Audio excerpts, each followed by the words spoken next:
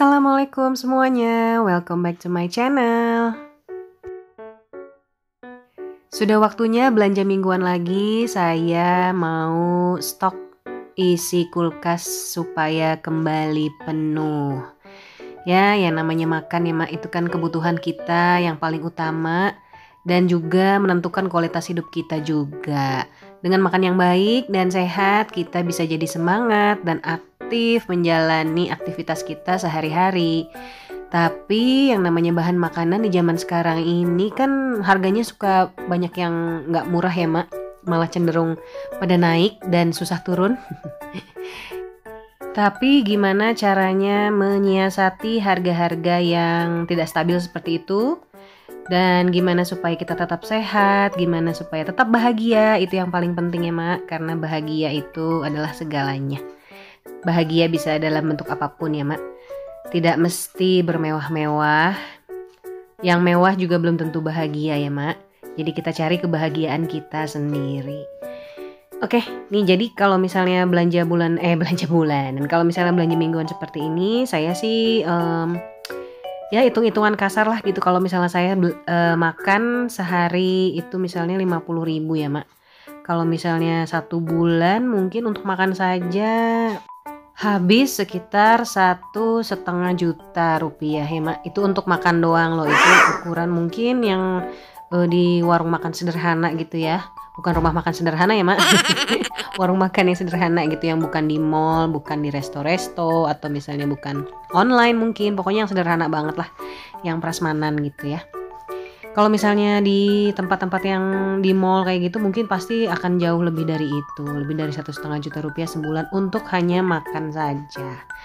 Jadi ya mau nggak mau nih saya harus rutin terus ini belanja mingguan seperti ini. Karena ya gimana ya mak, ini udah menjadi kebutuhan sih kalau saya ya, terutama nih ngerasa banget kalau kebutuhan belanja mingguan seperti ini bukannya nagih kayak gimana, tapi emang rasanya capek sekali-kalinya. Biarin aja capek sekali, tapi hari-hari besoknya kita jadi tenang gitu ya mak.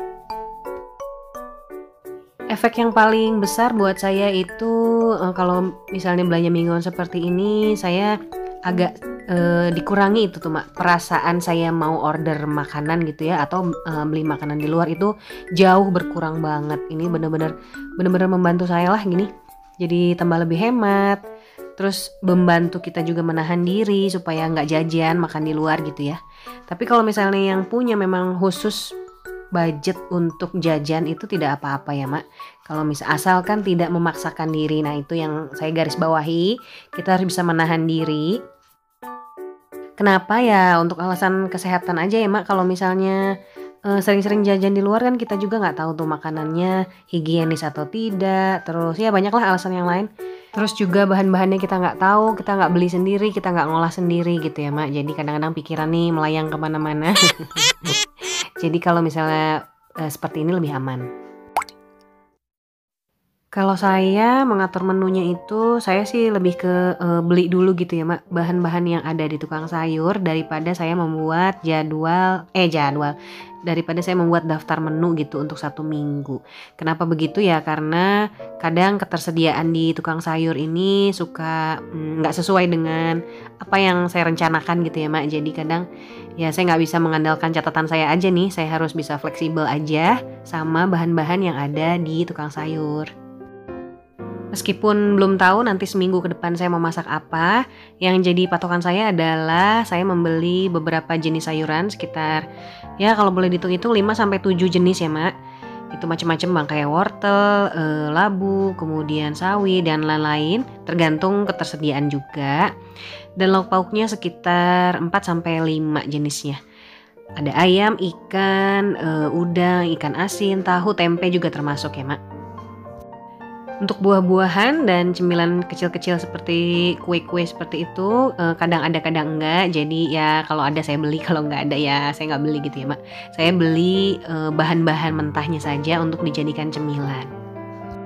Kalau udah mau food prep seperti ini, jadi saya ini food containernya ini sudah tersedia, jadi dalam arti sudah tercuci bersih gitu ya mak. Jadi setelah isinya itu dipakai, langsung dicuci dan dikeringkan, dikumpulkan bersama teman-teman yang sudah kosong. Jadi nanti pada saat saya mau food prep lagi, tinggal ngisi ke dalam wadahnya. Ya kalau semuanya ini kan masuk kulkas ya Mak, jadi mau nggak mau yang namanya food prep itu harus menyediakan wadah atau kontainer makanan seperti ini yang saya pakai. Tapi nggak mesti beli ya Mak, jadi kalau misalnya kita punya banyak nih kayak Tupperware atau apapun lah itu wadah-wadah yang bisa kita pakai ya, bisa masuk ke kulkas, itu bisa kita gunakan. Jadi kalau misalnya pun kita mau beli karena kekurangan, belinya bisa sesuai dengan kebutuhan aja. Dan selama penyimpanannya baik, tidak ada perubahan warna atau dari rasa gitu ya Mak, insya Allah gizinya juga masih ada. Jadi jangan khawatir soal gizinya, insya Allah masih bagus ya Mak. Terus sayuran apa aja yang cocok nih trik-triknya nih untuk dimasukin ke wadah seperti ini? Sepertinya sih semua sayuran bisa ya Mak. Tapi mungkin Mak bisa cek lagi video saya sebelumnya. Saya sudah pernah bahas gimana cara menyimpan atau cara food prep yang baik ala saya ya Mak. Yang sudah saya praktekkan, yang sudah saya coba dengan segala macam errornya sudah saya simpulkan. Mak bisa simak lagi ya. Kita bisa juga mencoba meal prep, itu menyiapkan bahan makanan untuk dimasak sekaligus keesokan harinya gitu ya Mak. Kenapa? Karena biasanya kalau misalnya sayuran sudah dipotong-potong, misalnya kita mau bikin sayur sop gitu ya besoknya supaya nggak ribet, hari ini kita potong-potong semua semua sayuran-sayurannya dimasukkan dalam satu wadah, jadi kita besoknya nggak usah motong-motong lagi. Nah seperti itu bisa dicoba, tapi kalau saya belum pernah sih sejujurnya nih untuk meal prep seperti itu. Tapi karena saya kadang di depan kompor tuh suka berubah aja gitu ya Mak. Tahu-tahu rencananya masak ini pagi, pas lagi masak di dapur bisa berubah gitu menunya. Jadi belum cocok nih saya untuk meal prep.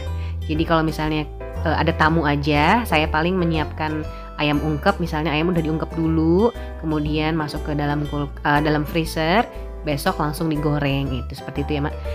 Bisa juga kita membuat bumbu bumbu dasar. Nah, bumbu dasar seperti bumbu putih, bumbu merah, bumbu bumbu kuning, bumbu orange ya Mak. Bumbu orange juga ada kalau nggak salah. Seperti itu bisa disiapkan. Memang capek pas pertama kalinya ya Mak, tapi besok-besokannya pasti lancar deh masaknya.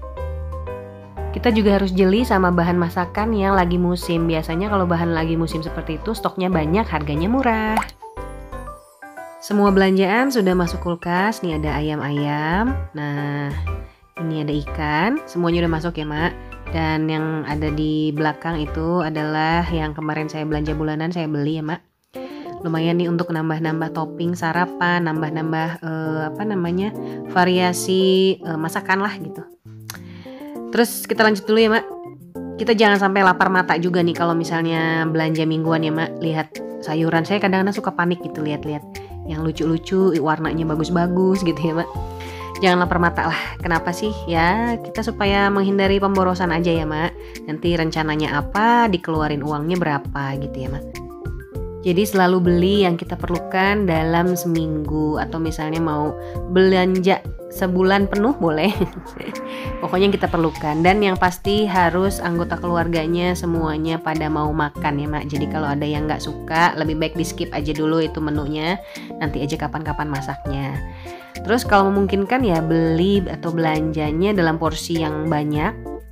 Tapi jangan lupa disesuaikan juga dengan jumlah anggota keluarga kita. Anggota keluarganya 2-3 itu pasti trolinya atau tas belanjanya itu beda banget sama keluarga yang 4 atau lebih gitu ya Mak. Jadi dengan mengetahui jumlah kebutuhan makan kita sehari-hari sekeluarga gitu ya Mak, kita jadi lebih mudah nih untuk belanjanya apa aja nih kira-kira nanti di pasar atau di tukang sayur. Kalau misalnya satu hari itu kita masak 2 menu dan 1 cemilan, berarti 1 minggu itu 2 dikali 7, 14 menu ya Mak. Dan 7 kali cemilan. Ini sih hanya patokan aja, nggak mesti diikuti. Tapi kalau misalnya mau diikuti juga boleh. Tapi kadang kalau saya hanya di mix and match aja gitu. Jadi kadang suka misalnya saya belanja untuk 1 minggu, kadang masih suka ada lebihnya gitu ya Mak. Nah itu alhamdulillah tuh, jadi anggap aja kita dapat bonus. Dan kita harus punya prinsip ya Mak, anti membuang makanan sisa. Jadi semua sisa-sisa sayur misalnya itu bisa dihangatkan lagi. Atau misalnya mau dibikin cemilan juga bisa, tinggal buang airnya aja. Kita pakai sayuran-sayurannya, bikin cemilan kayak bala-bala atau isian omelet. Atau bisa dicampur dengan nasi goreng gitu ya Mak. Itu sayurannya bisa dikeringin dulu ya Mak. Langsung bisa dipakai untuk isian nasi goreng atau mie goreng. Terus kalau misalnya ayam, daging, atau telur, tahu, tempe itu bisa aja langsung kita masak lagi ya Mak, ke dalam menu yang berbeda. Terus apa hubungannya semua ini dengan kebahagiaan kita? Ada ya Mak, jadi dengan kita melakukan food prep seperti ini menghemat pengeluaran, menghemat waktu, tenaga. Dengan begitu kita nggak lagi semakin direpotkan oleh hal ini dan bisa fokus mengerjakan pekerjaan lain di rumah. Nggak khawatir lagi kulkasnya kosong dan masak kita nih bisa menyenangkan, hati juga ikut bahagia.